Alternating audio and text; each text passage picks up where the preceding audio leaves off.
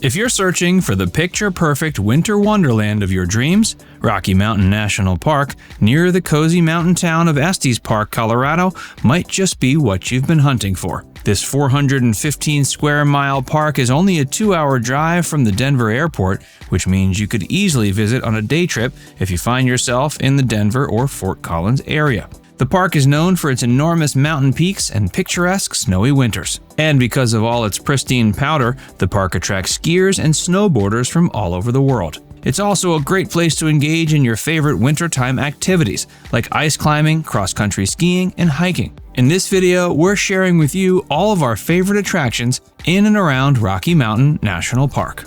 Trail Ridge Road. This 48-mile drive between Estes Park and Grand Lake has been providing travelers with incredible views since its debut in 1932. It's a route that takes you high above the tree line at an elevation of 12,000 feet. As such, you should plan in advance by bringing warm clothing along, as road temperatures at that altitude tend to hover between 20 and 30 degrees lower than those felt at both Grand Lake and Estes Park. You could easily spend the whole day taking in the stunning views at the road's lookout points.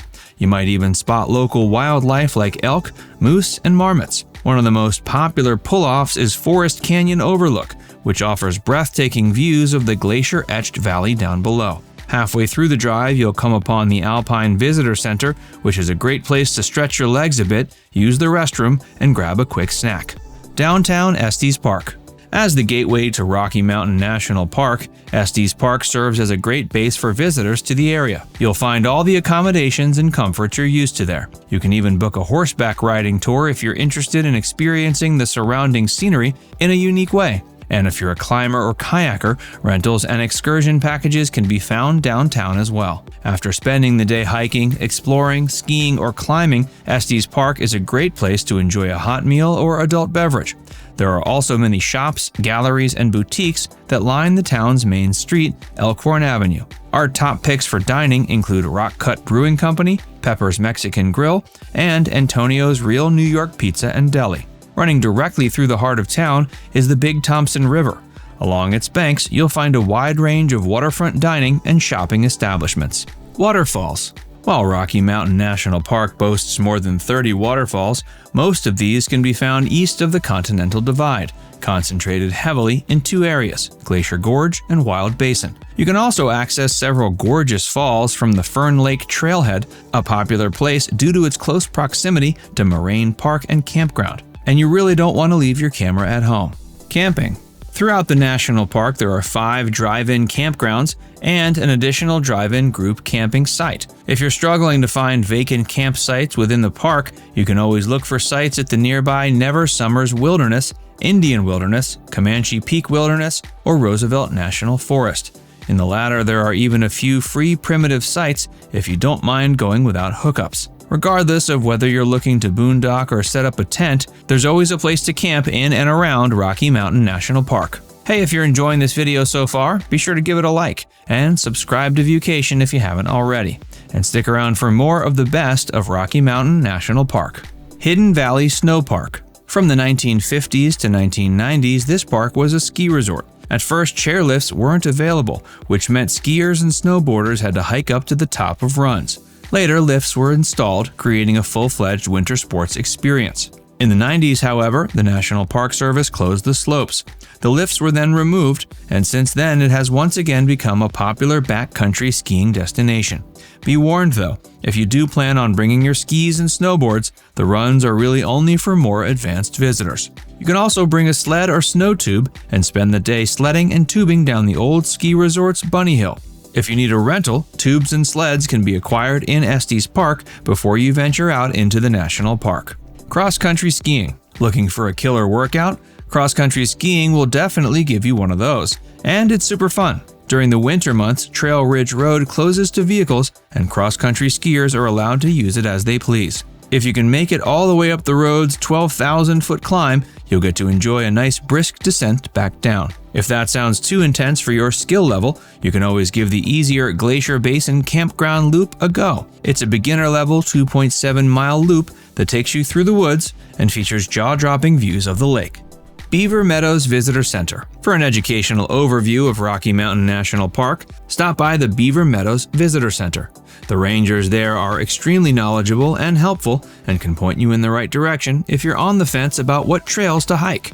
You can also buy all the needed equipment you'll need for some mountainous hiking there, including cleats and walking sticks. The rangers will also inform you about all the roads and trails that are closed, which is good to know about in advance. Bear Lake. Around the lake is a 1-mile hiking loop that visitors can enjoy. It's an easy trek and offers stunning views. It's especially beautiful in the autumn when the aspen trees turn golden. Surrounding the lake, you'll also see towering spruces, pines, and firs, and gigantic granite boulders. If you make your way around the entire trail, you'll also be treated to glorious views of Half Mountain and Hallett Peak. From the Bear Lake trailhead, you'll find a variety of different trails suited for hikers of all levels. It's best to arrive early though, as parking spots fill up fairly quickly. Emerald Lake Trail. This extremely popular 3.5-mile loop takes you past majestic sights like Tyndall Creek, Dream Lake, and Nymph Lake. You'll also be rewarded with views of Flat Top Mountain, Hallett Peak, and Longs Peak before you make your way to Emerald Lake, which sits at an elevation of 10,000 feet. Once again, this is a very popular destination. If you're hoping to get a parking spot at the trailhead, arrive early to avoid the crowds. Moraine Park Museum. This museum, which is lodged inside of an old log cabin originally built in the early 20th century, is packed full of exhibits covering the natural environment of the park. You'll get to learn all about the regional geology as well as the native plant and animal life. There's also an outdoor amphitheater where various lectures and events are held throughout the year. At an elevation of close to 81,000 feet above sea level, the museum serves as an excellent lookout point to gaze upon the surrounding region. While you might not be coming to Rocky Mountain National Park to hang out indoors, most visitors who make a pit stop here are glad they did. It offers many interactive exhibits and fascinating facts to learn about the park's wildlife and glacial natural history. Holzwarth Historic Site. This well-preserved ranch allows guests to take a peek into the lives of homesteaders who lived here in the early 1900s. You'll also learn all about the captivating history of the Holzwarth family. They moved to the Rockies in 1917. They made their living performing tasks for other homesteaders like ice cutting and milling. After Fall River Road opened, the family changed up their business model when an influx of travelers came their way.